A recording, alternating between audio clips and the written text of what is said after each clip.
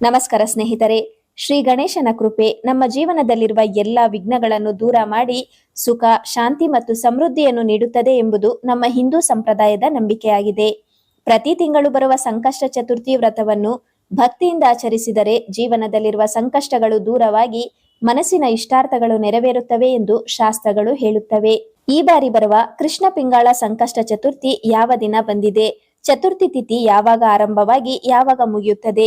ಚಂದ್ರೋದಯ ಸಮಯ ಯಾವುದು? ಪೂಜೆಯನ್ನು ಹೇಗೆ ಮಾಡಬೇಕು? ಉಪವಾಸದ ನಿಯಮಗಳೇನು? ಚಂದ್ರ ಕಾಣದಿದ್ದರೆ ಏನು ಮಾಡಬೇಕು?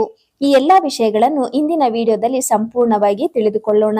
ಹಾಗಾದರೆ ವಿಡಿಯೋವನ್ನು ಕೊನೆಯವರೆಗೂ ತಪ್ಪದೆ ನೋಡಿ.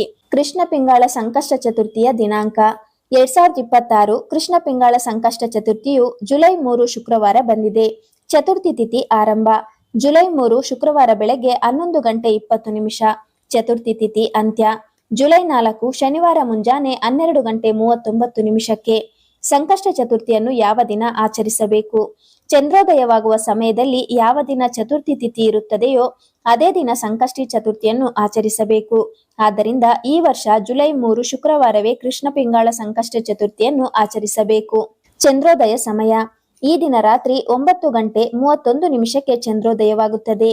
ರಾತ್ರಿ ಸುಮಾರು 9:30ರಿಂದ 10 ಗಂಟೆಯೊಳಗೆ ಚಂದ್ರನ ದರ್ಶನ ಮಾಡಿ ಆರ್ಘ್ಯವನ್ನು ಸಮರ್ಪಿಸಿ ನಂತರವೇ ಉಪವಾಸವನ್ನು ಮುಕ್ತಾಯಗೊಳಿಸಬೇಕು. ಚಂದ್ರ ಕಾಣದಿದ್ದರೆ ಏನು ಮಾಡಬೇಕು? ಮಳೆಗಾಲವಾಗಿರುವುದರಿಂದ ಕೆಲವೊಮ್ಮೆ ಮೋಡಗಳಿಂದ ಚಂದ್ರ ಕಾಣದೇ ಇರಬಹುದು. ಅಂತಹ ಸಂದರ್ಭದಲ್ಲಿ ಚಿಂತಿಸುವ ಅಗತ್ಯವಿಲ್ಲ. ಒಂದು ತಟ್ಟೆಯಲ್ಲಿ ಸ್ವಲ್ಪ ಅಕ್ಕಿಯನ್ನು ಹಾಕಿ ಅದನ್ನೇ ಚಂದ್ರನ ಪ್ರತೀಕವಾಗಿ ಭಾವಿಸಿ ಅರಿಶಿನ, ಕುಂಕುಮ ಮತ್ತು ಅಕ್ಷತೆ, ಹೂವನ್ನು ಅರ್ಪಿಸಿ ಅದಕ್ಕೆ ಆರ್ಘ್ಯ ಸಮರ್ಪಿಸಿ ನಂತರ ನಿಮ್ಮ ಉಪವಾಸವನ್ನು ಮುಕ್ತಾಯಗೊಳಿಸಬಹುದು. ಭಗವಂತನು ನಮ್ಮ ಭಕ್ತಿಯನ್ನು ಸ್ವೀಕರಿಸುತ್ತಾನೆ. ಮುಖ್ಯವಾದುದು ನಿಷ್ಠೆ ಮತ್ತು ಶ್ರದ್ಧೆ. ಬೆಳಗ್ಗೆ ಮಾಡಬೇಕಾದ ಪೂಜಾ ವಿಧಾನ: ಬೆಳಗ್ಗೆ ಬೇಗ ಎದ್ದು ತಲೆ ಸ್ನಾನ ಮಾಡಿ ಮನೆಯನ್ನು ಸ್ವಚ್ಛಗೊಳಿಸಬೇಕು.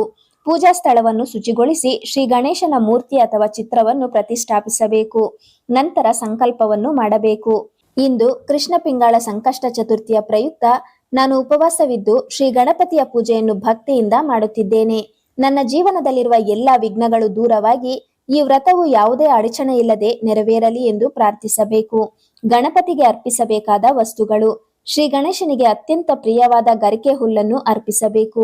ಅದರ ಜೊತೆಗೆ ಕೆಂಪು ಹೂವು, ಕಣಗಲೆ ಹೂವು, ತುಂಬೆ ಹೂವು ಹಾಗೂ ಬಿಲ್ವಪತ್ರೆಯನ್ನು ಅರ್ಪಿಸಬಹುದು. ನಂತರ ಧೂಪ ದೀಪ ಬೆಳಗಿ ಭಕ್ತಿಯಿಂದ ಪೂಜೆ ಸಲ್ಲಿಸಬೇಕು. ನೈವೇದ್ಯ: ಗಣಪತಿಗೆ ಇಷ್ಟವಾದ ನೈವೇದ್ಯಗಳಲ್ಲಿ ಮೋದಕ, ಕಡುಬು, ಕರ್ಜಿಕಾಯಿ, ಕಡಲೆಕಾಳಿನ ಉಸಲಿ, ಮೊಸರನ್ನ ಇವುಗಳನ್ನು ಅರ್ಪಿಸಬಹುದು. ಇವುಗಳನ್ನು ಮಾಡಲು ಸಾಧ್ಯವಾಗದಿದ್ದರೆ ಬೆಲ್ಲ, ಸಕ್ಕರೆ, ಬಾಳೆಹಣ್ಣು ಅಥವಾ ಒಣಹಣ್ಣುಗಳನ್ನು ಕೂಡ ನೈವೇದ್ಯವಾಗಿ ಸಮರ್ಪಿಸಬಹುದು. ಪೂಜೆಯ ನಂತರ ಗಣಪತಿಯ ಅಷ್ಟೋತ್ತರವನ್ನು ಪಠಿಸಿ ಅರ್ಚನೆ ಮಾಡಬೇಕು. ನಂತರ ಮಹಾಮಂಗಳಾರತಿ ಮಾಡಿ ಸಂಕಷ್ಟ ಚತುರ್ಥಿಯ ವ್ರತಕಥೆಯನ್ನು ಓದಬೇಕು ಅಥವಾ ಭಕ್ತಿಯಿಂದ ಕೇಳಬೇಕು. ವ್ರತಕಥೆ ಕೇಳುವುದರಿಂದ ವ್ರತವು ಸಂಪೂರ್ಣ ಫಲವನ್ನು ನೀಡುತ್ತದೆ ಎಂದು ನಂಬಲಾಗಿದೆ. ಈ ದಿನ ಸಾಧ್ಯವಾದಷ್ಟು ನಿರಾಹಾರ ಉಪವಾಸ ಮಾಡುವುದು ಉತ್ತಮ. ಆದರೆ ಆರೋಗ್ಯದ ಕಾರಣಗಳಿಂದ ಸಾಧ್ಯವಾಗದಿದ್ದರೆ ನೀರು, ಹಾಲು ಹಾಗೂ ಹಣ್ಣುಗಳನ್ನು ಸೇವಿಸಬಹುದು. ದಿನವಿಡೀ ಶ್ರೀ ಗಣೇಶನ ನಾಮಸ್ಮರಣೆ, ಮಂತ್ರ ಜಪ ಅಥವಾ ಭಜನೆಗಳಲ್ಲಿ ತೊಡಗಿದ್ದರೆ ಇನ್ನಷ್ಟು ಪುಣ್ಯ ಲಭಿಸುತ್ತದೆ. ಉಪವಾಸ ಮುಕ್ತಾಯ: ರಾತ್ರಿ ಚಂದ್ರೋದಯದ ನಂತರ ಚಂದ್ರನಿಗೆ ಆರ್ಘ್ಯ ಸಮರ್ಪಿಸಿ ಶ್ರೀ ಗಣೇಶನಿಗೆ ನಮಸ್ಕರಿಸಬೇಕು.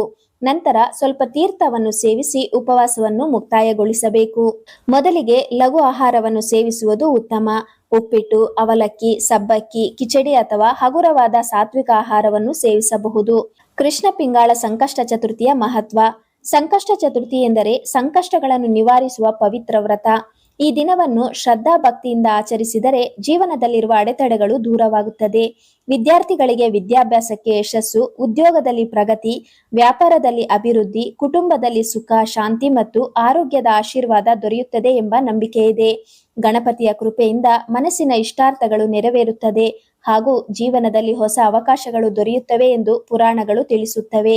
ಈ ರೀತಿ ಭಕ್ತಿ, ಶ್ರದ್ಧೆ ಮತ್ತು ನಿಯಮದಿಂದ ಕೃಷ್ಣ ಪಿಂಗಾಳ ಸಂಕಷ್ಟ ಚತುರ್ಥಿ ವ್ರತವನ್ನು ಆಚರಿಸಿದರೆ ಶ್ರೀ ವಿಘ್ನೇಶ್ವರನ ಸಂಪೂರ್ಣ ಕೃಪೆಗೆ ಪಾತ್ರರಾಗಬಹುದು. ಈ ಮಾಹಿತಿ ನಿಮಗೆ ಉಪಯುಕ್ತವಾಗಿದ್ದರೆ ತಪ್ಪದೆ ಲೈಕ್ ಮಾಡಿ, ನಿಮ್ಮ ಕುಟುಂಬದವರು ಹಾಗೂ ಸ್ನೇಹಿತರೊಂದಿಗೆ ಹಂಚಿಕೊಳ್ಳಿ. ಇನ್ನು ಇಂತಹ ಧಾರ್ಮಿಕ ಮಾಹಿತಿ, ಪೂಜಾ ವಿಧಾನಗಳು, ವ್ರತಗಳ ಮಹತ್ವ ಹಾಗೂ ಹಬ್ಬಗಳ ಸಂಪೂರ್ಣ ವಿವರಗಳನ್ನು ತಿಳಿಯಲು ನಮ್ಮ ಚಾನೆಲ್ ಅನ್ನು ಸಬ್ಸ್ಕ್ರೈಬ್ ಮಾಡಿ ಮತ್ತು ಬೆಲ್ ಐಕಾನ್ ಅನ್ನು ಒತ್ತುವುದನ್ನು ಮರೆಯಬೇಡಿ. ಶ್ರೀ ಗಣೇಶನು ನಿಮ್ಮೆಲ್ಲರ ಜೀವನದಲ್ಲಿರುವ ಎಲ್ಲಾ ವಿಘ್ನಗಳನ್ನು ದೂರ ಮಾಡಿ ಸುಖ, ಸಮೃದ್ಧಿ ಹಾಗೂ ಯಶಸ್ಸನ್ನು ಕರುಣಿಸಲಿ.